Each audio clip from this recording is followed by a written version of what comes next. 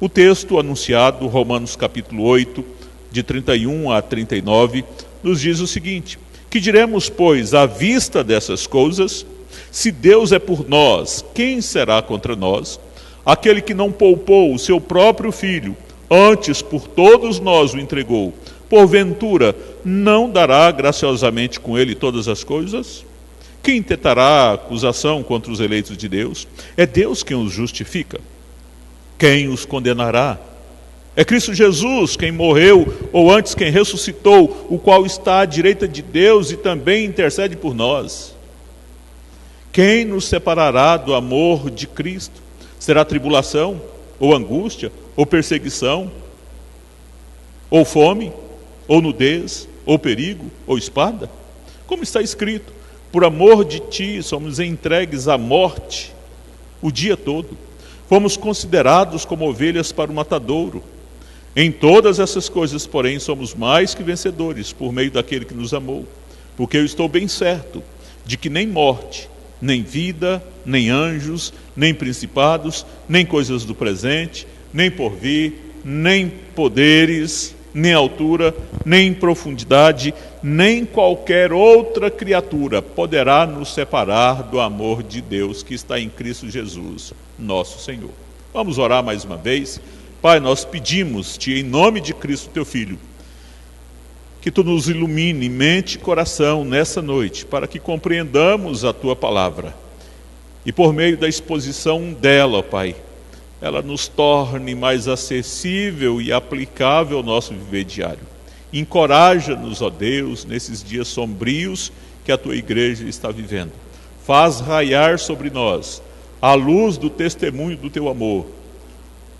Derrama sobre nós a convicção e a certeza de que a tua presença segue avante conosco, nos capacitando, ó Deus, para sermos fiéis testemunhas do Senhor, nome esse que repousa sobre nós e nos habilita para sermos embaixadores do Senhor e em teu nome anunciarmos a reconciliação àqueles a quem o Senhor tem chamado nos dias atuais. Assim te pedimos e oramos, suplicando-te, ó Pai, em nome do teu Filho mais uma vez, que tu nos perdoe os pecados.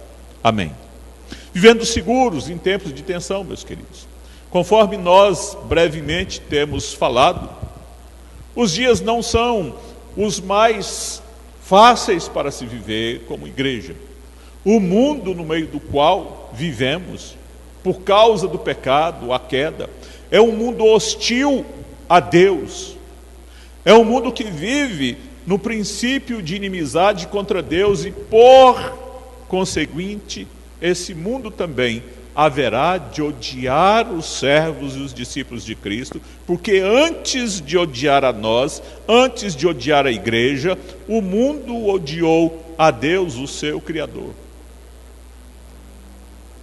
Hoje pela manhã nós mencionamos de forma breve essa questão do envio de Jesus Cristo, Filho de Deus, ao mundo para reaproximar este homem de Deus.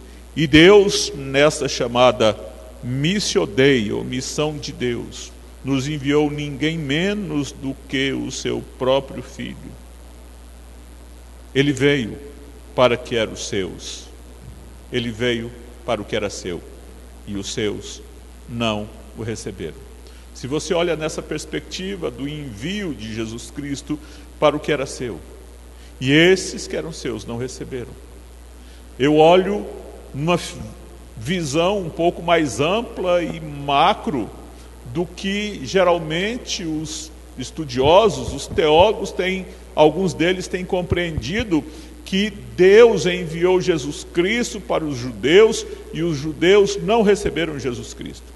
Eu digo que é mais do que isso, conforme alguns teólogos, é que Deus enviou Jesus Cristo para a criação do próprio Cristo, porque é este o contexto de João capítulo 1, que todas as coisas foram criadas por Ele, e nada do que foi feito sem Ele se fez. E esse Jesus que criou todas as coisas, esse mundo que caiu, que pecou, que se distanciou de Deus, que se tornou seu inimigo, agora precisava ser reconciliado com Deus, e já que fora o homem que tinha tomado essa iniciativa de estabelecer esse princípio de inimizade, e era o próprio Deus, criador e mantenedor de todas as coisas, que tinha sido ofendido. Ninguém senão alguém que fosse Deus e ao mesmo tempo fosse homem, e estivesse numa pessoa só, reconciliando consigo este mundo caído.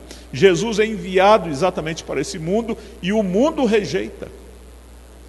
Mas então a todos quanto receberam, deu-lhes o poder, ou deu-lhes o direito. A exousia é a palavra grega, que fala mais de direito do que de poder, para torná-los filhos, chamá-los de novo à família e ao relacionamento com Deus.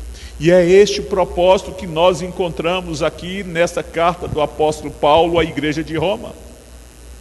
Ali havia então gente como eu, gente como você, gente que, embora tendo sido chamada à fé, estava vivendo um período de insegurança, conforme nós encontramos aqui neste mesmo capítulo de número 8. Gente que entendia que não sabia orar como convém. Gente que estava sofrendo, mas o apóstolo Paulo escreve dizendo que a própria natureza, o próprio cosmos, a criação de Deus está sofrendo, aguardando a redenção dos filhos de Deus. Ainda que o ambiente não fosse propício para a igreja podia assegurar-se de que a presença de Deus naqueles dias dava-lhes a condição de viverem em segurança. Mas Deus não deixou de amar-nos por causa da hostilidade e da rejeição do mundo. Você está seguro, você está protegido, e mais do que qualquer outra coisa, você pode ter a certeza de estar na presença de Deus, e por Ele você é amado. E que Deus, por causa do seu infinito amor, jamais te abandonará. Não haverá acusação nenhuma capaz de separar você do amor de Deus. Se você volta algumas páginas da sua Bíblia para o capítulo 1 desta epístola aos Romanos, versículos de número 6 e 7, o apóstolo Paulo diz que de cujo número sois vós também chamados para serdes de Jesus Cristo. A todos os amados de Deus que estáis em Roma, chamados para serdes santos, graça a vós outros e paz da parte de Deus, nosso Pai, e do Senhor Jesus Cristo. Aqui você encontrará duas vezes o apóstolo Paulo dizendo que aqueles irmãos naquela igreja, eles tinham agora sido chamados por Deus, e por isso eles estão na presença de Deus, e por causa desse chamado de Deus, é que eles podem desfrutar da intimidade de Deus. Esses que antes eram inimigos, são chamados agora para fazerem parte, assim como houvera sido o caso do apóstolo Paulo, que tinha sido designado agora como apóstolo pelo próprio Deus, e chamado para isso, mas chamado na condição de servo para servir a Deus enquanto servia a sua igreja, mas chamado, atraído por causa do amor eletivo de Deus, conforme nós vimos hoje pela manhã na escola dominical, que Paulo não era outro senão um dos mais cruéis e enfurecidos perseguidor da igreja e do próprio Jesus. E é segundo esse Espírito de Deus em santidade, pela ressurreição dos mortos de Jesus Cristo, agora é quem chama o apóstolo Paulo ao apostolado, e por causa do amor dele, Deus em Cristo Jesus, nos chamou à obediência e à fé. Assim como o apóstolo Paulo é chamado, nós igualmente somos chamados por Deus à paz e para sermos do número composto daqueles que foram salvos por Jesus Cristo e que se tornaram família de Deus.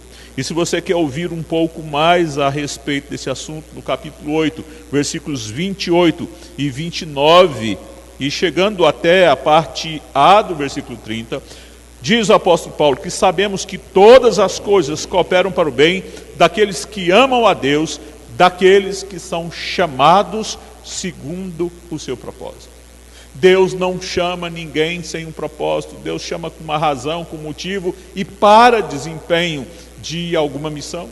Deus chama com propósito, mas é o próprio Deus quem chama, independente de quem nós somos. O versículo de número 29 diz que Deus chama e Deus conhece. Conhecer nas Escrituras é mais do que saber quem é quem. Se você olha nas Escrituras, o verbo conhecer, tanto aqui no Novo quanto no Antigo Testamento, fala de algo muito mais íntimo, porque conhecer nas Escrituras fala do relacionamento íntimo entre um homem e uma mulher, ou entre uma mulher e um homem, que se tornam uma só carne, que se tornam um só corpo por causa do casamento e desse relacionamento de intimidade. Nós somos chamados por Deus e somos conhecidos de Deus, ou seja, Deus se torna o nosso Senhor. Ele é na narrativa dos profetas do Antigo Testamento, é o marido, é aquele que se relaciona com profundidade e intimidade com o seu povo e a sua igreja. Esse Deus que nos chama é o Deus que nos conhece, é o Deus que se dispõe a relacionar íntima e profundamente conosco, é o Deus que se importa e que nos conhece em cada aspecto das nossas vidas, sabendo quem nós somos, de onde nós viemos. Deus não nos chamou por engano, por equívoco, ou por qualquer um outro motivo que estivesse em nós mesmos, senão no próprio coração de Deus, em decorrência do seu íntimo e profundo amor para com os seus eleitos, os seus escolhidos, esses que, segundo os versículos anteriores, nós lemos que esse Deus chamou, é o Deus que então predestinou para sermos conforme a imagem do seu Filho.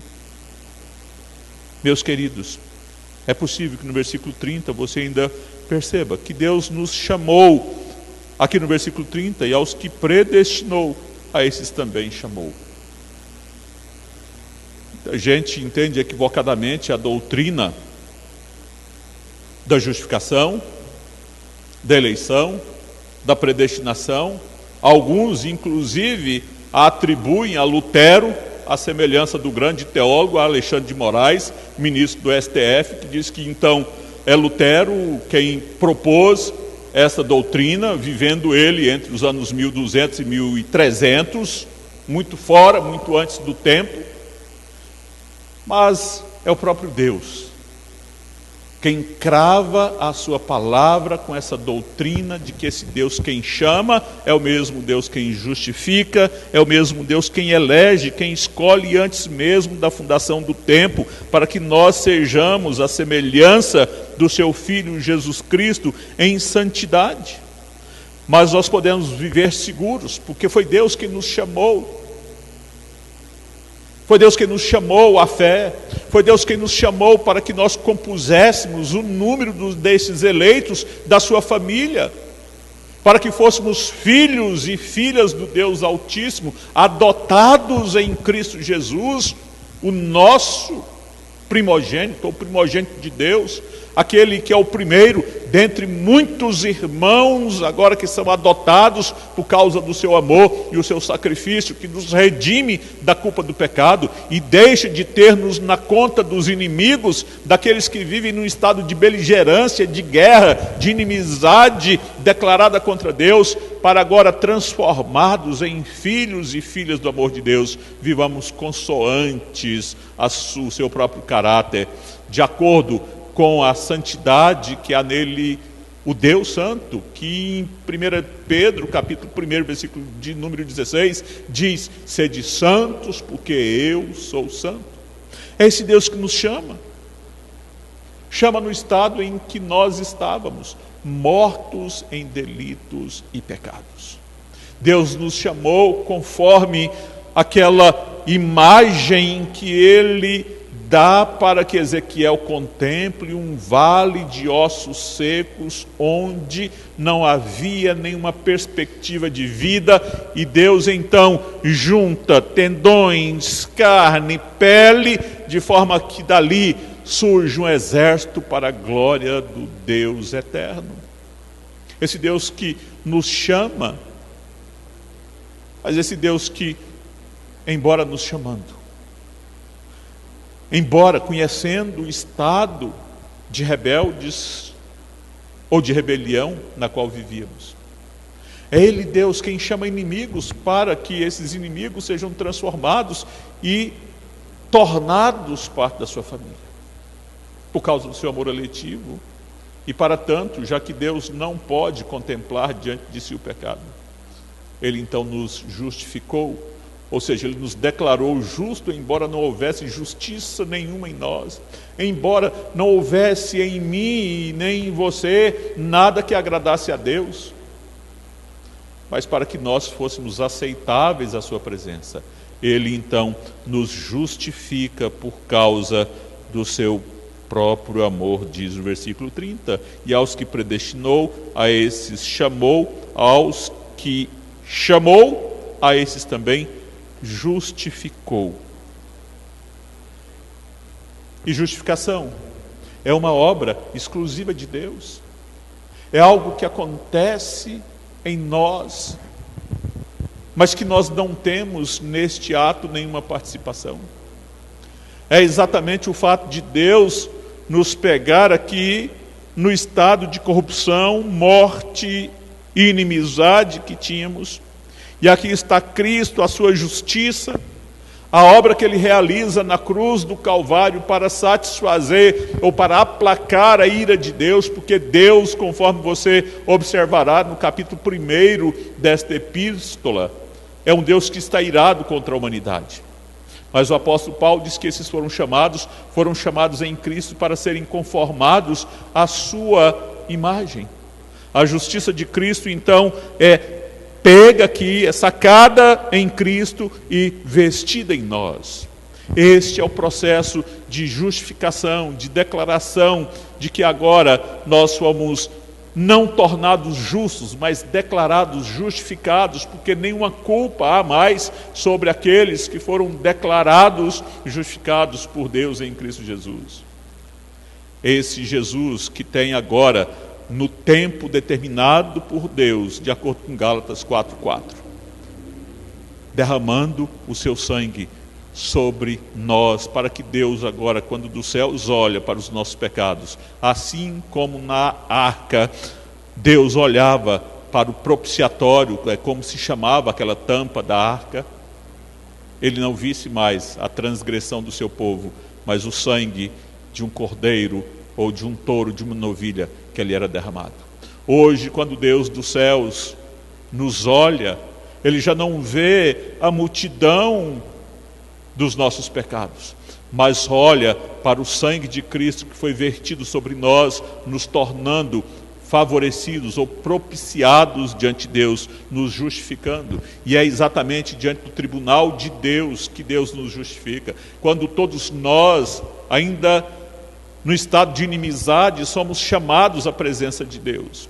No momento da nossa conversão, quando o Espírito Santo nos chama, neste mesmo momento, Deus imputa a nós arrependimento e fé, e somos levados diante do tribunal de Deus, e somos julgados nesse instante, no momento da nossa conversão.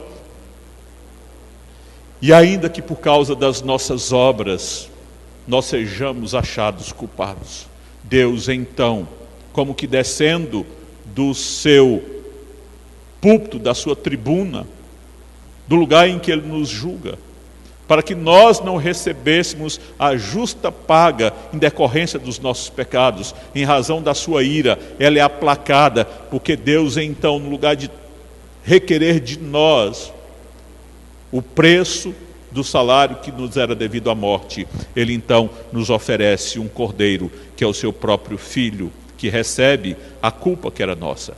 O Deus ofendido e o homem ofensor recebe ali em si a justa paga em decorrência das nossas iniquidades, conforme ele, o apóstolo Paulo, vai dizer, porque o salário do pecado é a morte, mas no lugar da morte, Ele nos dá Jesus Cristo, que nos justifica dos nossos pecados, de acordo com o capítulo 5, versículo 1 dessa carta, ele diz: justificados, pois, mediante a fé, agora nós temos paz com Deus por intermédio de nosso Senhor Jesus Cristo. A este que nos chamou, justificou, também nos glorificou em Cristo Jesus. Porque nós somos participantes agora, chamados, justificados e glorificados. Podemos ter segurança, apesar dos tempos difíceis que estamos vivendo, ou mais sérios que possamos vir no futuro a viver, as tensões do atual momento, do mundo presente. Porque quando Jesus então vem e realiza todas as coisas, Ele deixa a sua igreja no mundo de tensão. Mas nós podemos depositar nossa confiança nele, Deus. O versículo de número 32 aqui do capítulo 8 diz: aquele que não poupou ao seu próprio filho, antes por todos nós o entregou, porventura não nos dará graciosamente com ele todas as coisas. Esse Deus que é o dono do reino, esse Deus que envia o seu filho, ele então que inaugura o reino. Mas esse reino não é visto e não foi implantado na sua plenitude e totalidade. O reino foi inaugurado e ele só será implantado na sua plenitude no segundo momento em que Jesus retornar a este mundo, que ele vier aqui para resgatar a sua igreja, a noiva, que ele aguarda por recebê-la, sem mácula e nem ruga. É então nesse momento, ó amados, que nós, participantes do reino de Deus, estamos unidos inseparavelmente à pessoa de Cristo, por aquilo que doutrinariamente se chama de união mística. Misticamente nós fomos unidos à pessoa e obra de Cristo Jesus, de maneira inseparável. Nada pode nos separar. E quando Deus nos deu aquilo que é mais precioso, não daria Deus também, juntamente com Cristo, as demais coisas? E eu não estou dizendo aqui das coisas que o Senhor Jesus Cristo diz no capítulo 6 do Evangelho de Mateus, para que a gente não se preocupasse com as demais coisas, mas que nós buscássemos em primeiro lugar o reino de Deus e a sua justiça, porque essas outras coisas, as demais, comida e vestes, nos seriam acrescentadas por causa do amor de Deus no dia a dia. Mas aqui o apóstolo Paulo está olhando para um nível um pouco acima do que as necessidades básicas. Ele vai dizer dessa segurança que nós temos em Deus por causa de Jesus Cristo, que foi morto como cordeiro sem pecado e sem defeito, o próprio Filho de Deus, a quem Deus não poupou por causa do amor que Ele, Deus, teve para conosco, já que Deus nos deu graciosamente o seu Filho, aquilo que lhe era mais caro e precioso, não nos daria Deus as demais coisas que necessitamos como segurança para vivermos neste mundo mal, sabendo que agora unidos à pessoa de Cristo Jesus, nós estamos juntos dele, de forma que nada mais agora poderá nos separar desse amor de Deus, que nos liga a ele por meio da pessoa do seu Filho Jesus Cristo. Estamos unidos inseparavelmente à pessoa de Cristo Jesus.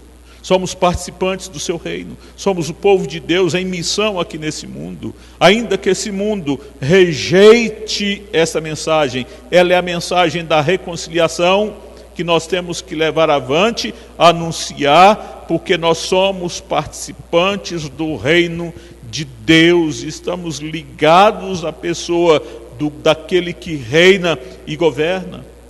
Mas ainda, meus queridos, nós podemos viver de forma segura, apesar dos tempos sombrios nos quais vivemos, porque a nossa justificação e glorificação é tão certa que nada, absolutamente nada, poderá nos separar do amor de Deus em Cristo Jesus. Os versículos 35 até o 39 vai dizer: quem nos separará do amor de Cristo?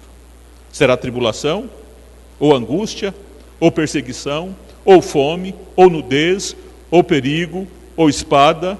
Versículo 38 nos dirá: porque eu estou bem certo de que nem a morte, nem vida, nem anjos, nem principados, nem coisas do presente, nem do porvir, nem poderes, nem altura, nem profundidade, nem qualquer outra criatura poderá separar-nos do amor de Deus que está em Cristo Jesus. Então, se você foi unido espiritualmente, misticamente a Cristo Jesus, você pode viver seguro nesses dias, meus queridos, porque a nossa justificação e glorificação é tão certa que nada agora pode nos separar do amor de Deus. Nós não fomos ainda glorificados, mas fomos chamados, fomos eleitos, fomos escolhidos para fazermos parte do povo de propriedade exclusiva de Deus. Esses que foram chamados, foram justificados por causa do sangue de Jesus Cristo que nos cobre diante do tribunal de Deus. Embora achados culpados, Deus nos justificou por causa da substituição vicária, ou seja, porque outro tomou o nosso lugar e sofreu a penalidade que nos era devida, por favor, por graça, sem que houvesse mérito nenhum em nós, não porque Deus previu que nós seríamos melhores, não porque Deus previu que um dia nós arrependeríamos do pecado, porque mesmo o arrependimento é dádiva de Deus, conforme nos ensina o Espírito de Cristo em Romanos, em Efésios capítulo 2, versículo 8. Mas também é o próprio Deus quem imputa a nós o arrependimento. É Ele quem gera fé, é Ele quem gera arrependimento no nosso coração, por causa da atuação e obra do Espírito Santo em nós, aplicando a nós e transferindo aqui aquilo que era de Cristo para nós, imputando a nós o que pertencia a Cristo e tirando a culpa, o pecado, a transgressão de todos nós e levando-a para Cristo Jesus, o seu Filho, que paga de forma cabal todo o escrito de dívida que constava sobre nós. Então Ele resgata, Ele é o resgatador, Ele é esse que vem e paga a dívida que nós não podíamos pagar. E isso é tão certo que Ele nos chamou, é tão certo que Ele nos justificou por causa da obra do seu Filho Jesus Cristo. E assim, já que unidos à pessoa de Cristo, nós estamos tão seguros que como Cristo Jesus chegou à presença de Deus, foi glorificado junto à presença do Pai, Ele, Jesus, prometeu vir buscar-nos para que onde estivesse Ele, estivéssemos nós também, glorificados em um novo corpo agora nos céus, andando por ruas de ouro e cristal, onde o sol já não existirá, porque a glória de Deus haveria de brilhar sobre as nossas vidas, onde já não mais haveria a noite, as trevas, a escuridão, onde o choro já não existiria, onde a tristeza já não seria mais parte da experiência humana, mas sim passaremos agora glorificados com Cristo Jesus, conhecendo por durante toda a eternidade a pessoa e o caráter do Senhor nosso Deus, onde nós desfrutaremos certamente, meus amados, num estado consciente, os nossos amados que nos antecederam para o encontro do Senhor na eternidade, na presença do qual eles já desfrutam das mais ricas bênçãos que Deus tem nos céus reservado para aqueles que o amam. Isso alegra, isso fortalece, isso dá segurança à nossa fé, isso nos dá intrepidez na proclamação do Evangelho, isso nos faz querer que o número maior de pessoas, aquelas quem amamos, sejam reconciliadas assim como nós fomos reconciliados com Deus, para que eles então, ouvindo a voz do Evangelho, conforme o apóstolo Paulo no capítulo 10, esses que precisam ouvir, alguém precisa ser enviado, eles ouvindo vão crer e crendo vão poder professar que Jesus Cristo, com a sua própria boca, é Senhor das suas vidas. É preciso que nós, meus amados, estejamos imbuídos deste sentimento de gratidão a Deus por aquilo que Ele nos fez, sem que de nós houvesse qualquer participação. Que queiramos compartilhar essas mais ricas bênçãos com aqueles a quem conhecemos, ou com os quais Deus nos der a oportunidade de nos relacionar. Mas eu queria falar com você na aplicação dessa mensagem num segundo aspecto.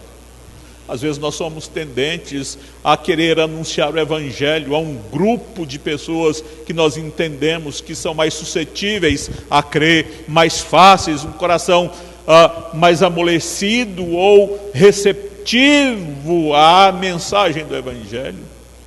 Mas perceba aquilo que Deus fez com você e naturalmente fez também comigo, chamando-me num estado de rebelião. Deus chamou para ser reconciliado consigo, conforme a segunda epístola do apóstolo Paulo aos Coríntios, a partir do versículo número 17, ele dizia: aquele que está em Cristo é nova criatura, as coisas velhas ficaram para trás, eis que tudo se fez novo. E esses agora, o apóstolo Paulo, a quem novo foi feito, diz que a ninguém mais conhece do trato antigo, do velho homem, mas esses que são chamados com propósito, eles são feitos agora embaixadores de Deus, em nome de Cristo, meio pelo qual Deus deseja reconciliar consigo o mundo, o homem pecador. E nós somos enviados então como embaixadores, como pacificadores, como aqueles que levam a mensagem do Evangelho, que Deus quer reconciliar consigo os seus inimigos, aqueles que, se Deus, no seu poderio, na sua majestade, na sua glória, querendo dar cabo desses inimigos, conforme ensina-nos o Salmo de número 2, Deus se ri deles, desses que tentam sacudir de sobre si o jugo de Deus. Porque quem é o homem?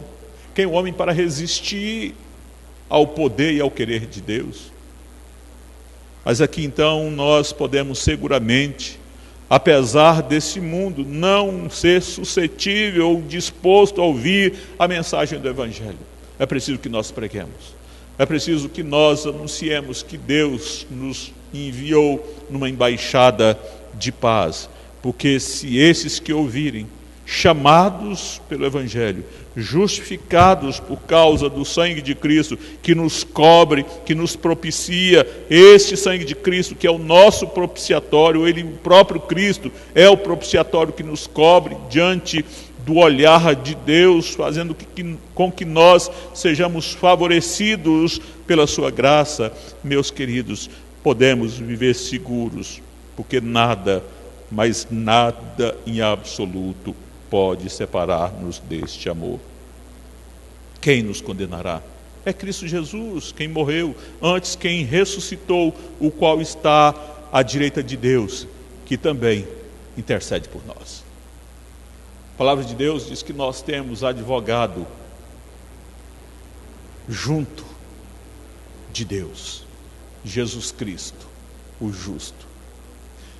Ele, Jesus, que hoje na presença de Deus tem uma única função, é interceder pelos seus. O que Jesus está fazendo nos céus, no trono, junto do Pai, nesse momento, Ele está intercedendo por mim diante do Pai. O que Jesus está fazendo na presença augusta de Deus neste momento, Ele está intercedendo por você, para que Deus te fortaleça, para que Deus te capacite para ser o embaixador no nome dEle, nessa certeza de que nada poderá te separar, porque Deus, que tem o poder sobre todas as coisas, é o Senhor absoluto de toda a criação, de todo o cosmos. Nada pode fugir do controle desse Deus. E é esse Deus que te amou de maneira tremenda, absoluta, e que te tem nas suas mãos. E Jesus Cristo nos fala dessa segurança: daqueles que o Pai me deu, nenhum se perdeu, exceto o filho da perdição. Daquilo que o Pai me deu, eu tenho cuidado. É o que Jesus está nos dizendo. Você está seguro em Cristo. Você está seguro na presença do Senhor, e nada poderá te separar do amor de Deus que está em seu Filho Jesus. Nós éramos, meus queridos, como que zumbis, mortos-vivos, como que habitantes de um vale de ossos secos. Agora, ligados a Cristo, voltamos à vida e vida abundante, conforme Ele disse que viera nos dar. Eu vim para que tenham vida e a tenham em abundância. O Senhor Jesus Cristo, em João capítulo 15, Ele diz que Ele nos liga à videira verdadeira e que sem Ele nada podemos produzir. Portanto, é necessário que nós estejamos inseparavelmente unidos misticamente a Ele por causa do amor de Deus.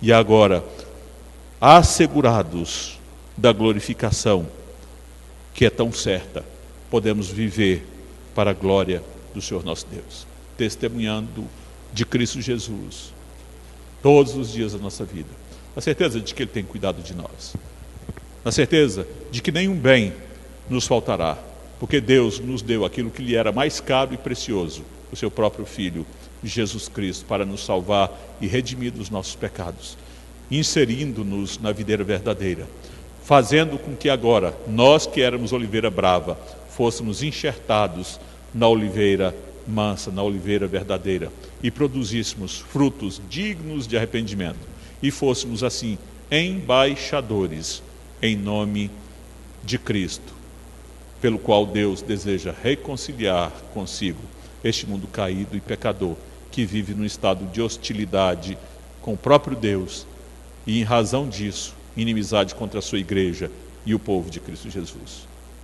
No lugar de nos levantarmos contra aqueles que nos hostilizam, oremos por eles, intercedamos por eles, peçamos que Deus lhes favoreça, assim como um dia, pela sua graça e o seu amor incomparável, nos reconciliou também consigo, através da aplicação da obra de Cristo em nós, por meio do Espírito Santo.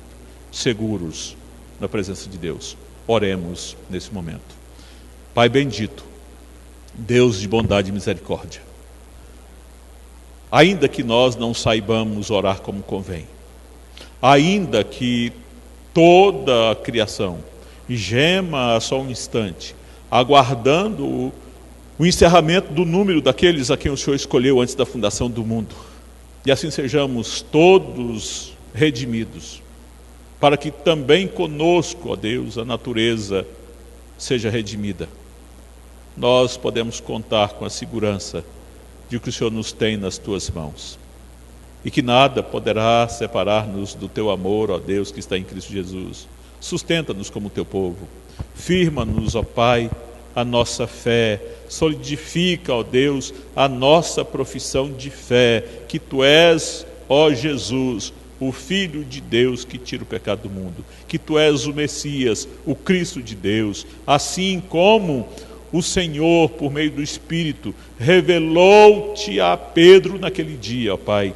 Ó Deus, manifesta graça na vida daqueles a quem nós haveremos de anunciar que só há salvação em Cristo Jesus, para que aquele que, crendo, ó Deus, arrependido dos seus pecados, agora desfrute dessa mesma certeza que o Senhor nos deu em Cristo Jesus, de que nós temos, ó Deus, esse chamado do Senhor, fomos justificados e que seremos glorificados assim como teu Filho foi.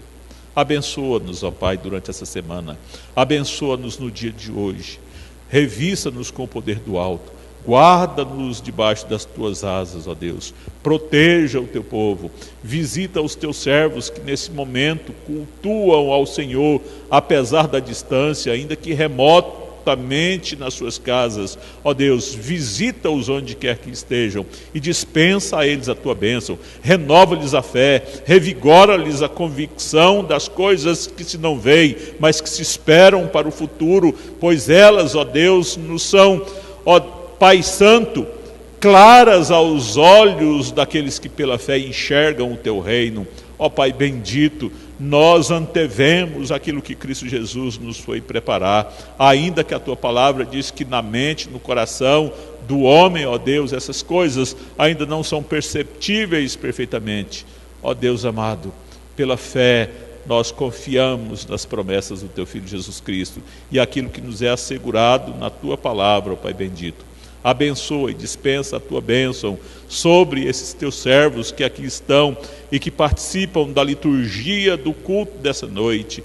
E ainda, ó Pai, sobre os teus servos que acompanham a transmissão desse culto e que cultuam unidos no mesmo Espírito em suas casas, e aqueles que espalhados por sobre toda a face da terra fizeram também a mesma boa profissão de fé de que Cristo Jesus é Senhor e Salvador das suas vidas. Por isso fortaleça-nos, ó Pai amado, dispensando sobre nós a tua bênção, que a graça do Senhor Jesus, o amor de Deus o Pai, as ternas misericórdias, consolações consolações e a bendita comunhão do Santo Espírito da promessa seja sobre cada um de vós, amados, e sobre todo o povo de Deus espalhado por sobre a face da terra, hoje e sempre. Amém. E que o Senhor vos ponha paz no coração. Paz não aquela que o mundo dá, mas aquela que Cristo Jesus, o nosso Senhor, nos oferece. O Senhor vos abençoe. Nós queremos convidá-los para participarem conosco da reunião de oração. Aos membros da igreja, nós disponibilizaremos no grupo de WhatsApp da igreja, nós teremos essa reunião pelo Google Meet, e se você desejar participar conosco dessas reuniões de oração, me mandem, quem tem o meu contato, me mande uma mensagem dizendo que deseja participar desse momento de oração. Ele acontece todas as quartas-feiras, às 19h30. Será um prazer recebê-los para orar conosco.